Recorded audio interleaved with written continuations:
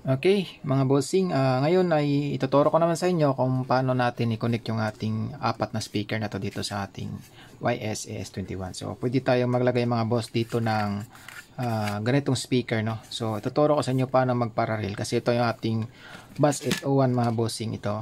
So, 4 ohms po yan. Ayan. 4 ohms po. At saka 200 watts po yung kanyang RMS, no? So, yung gagawin natin, since na 4 ohms tong dalawa, pag pinarel natin to, magiging 2 ohms. So, ang tanong, kaya ba ng ating AS21? So, yes mga bossing, kayang-kaya kasi dito, nakalagay sa kanyang specification, yung sa buffer out niya is 2 to 8 ohms. So, pag nagparallel tayo ng ganito, magiging 4 ohms po siya. So, yung parallel connection na gawin natin mga bossing, yung mga positive nila is idudugtong lang natin. So, i-connect lang natin yung kanilang positive, yan, at saka yung kanilang negative. Yan po yung parallel connection. Pag series naman mga bossing, positive to negative po yan. So ngayon ay parallel connection yung gagawin natin. Kasi nga, yung dalawang bus 801 is ilalagay natin parallel dito, magiging 2 ohms na siya.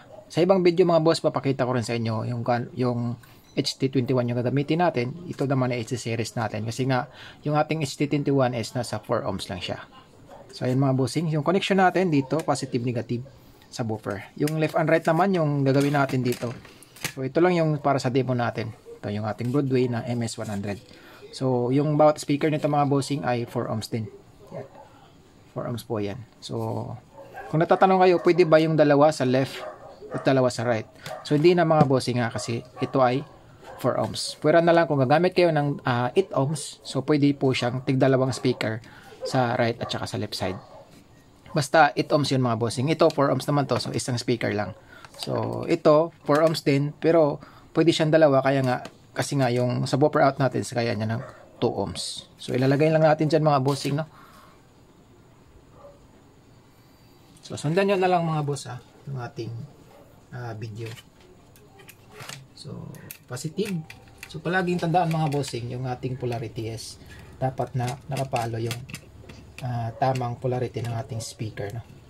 Papagkabit natin kasi pag nagkabaliktad mga bossing is mag out of phase po yung isang speaker natin. So yan mga bossing ay madali lang naman siya.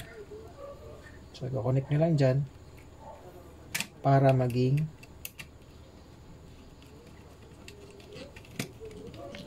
ayan.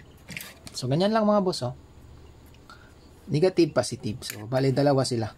Yan. So, bali, yung kalalabasan ng ating 4 ohms, magiging 2 ohms na.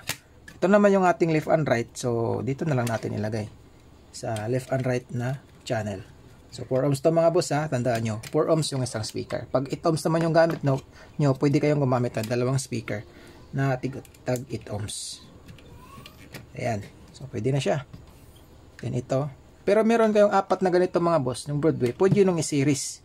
Series connection nyo yung bawat isa sa kanila para magiging 8 ohms. Yun nga lang, mahina yung 8 ohms kasi nga mas taas yung kanyang impedance.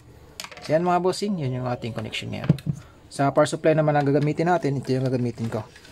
So since yung ating AS21 is 38 volts, so pwede itong ating 24.6 ampere. Yan. So AC-DC adapter yan mga bossing. Pwede rin siya battery mga bossing. So plug nyo lang dito. Yan. So ay kayo magtaka mga boss, may spark talaga yan. So yan, magkoconnect na siya. Tapos, play tayo ng audio. Testingin natin mga bossing.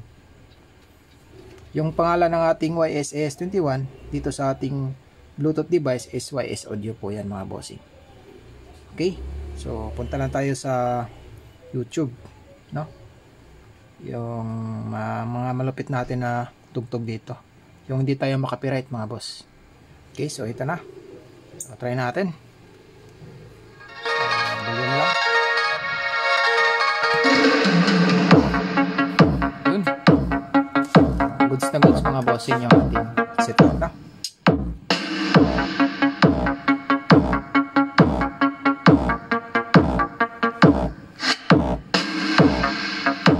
So pwede pa tayo magparallel ang Twitter dito mga bossing sa ating speaker. So Twitter pwede natin iparallel dito left and right kasi nga okay lang yung Twitter, may capacitor naman siya.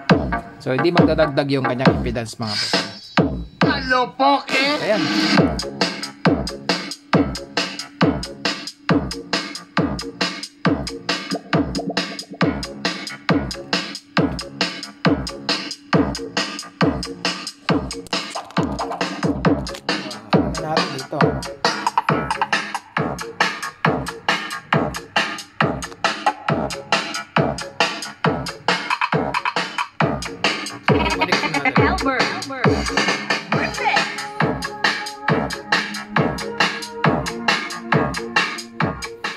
Okay, so yun lang mga bossing yung ating demo no, sa ating connection ng parallel connection dito sa ating YS-AS21. So ulit nga mga boss, ito po ay 4 ohms. Pag pinaralan natin, magiging 2 ohms. So ito naman ay 4 ohms per channel. So di na kayo pwede magdagdag pa ng speaker sa left and right kasi nga 4 ohms to. Pag 8 ohms naman yung gamit nyo na ganito, pwede nyo pong gamitan ng tig-dalawang speaker, right at saka left, no? Pag 8 ohms, kasi pag pinaralin yung 8 ohms mga bossing is magiging 4 ohms po siya. Actually yung left and right niya is kaya na naman 3 ohms, pero bihira lang na magkaroon tayo ng 3 ohms na speaker. So ayun mga bossing, sana nakatulong sa inyo. Paki-like and share na lang ng video na to. Maraming salamat.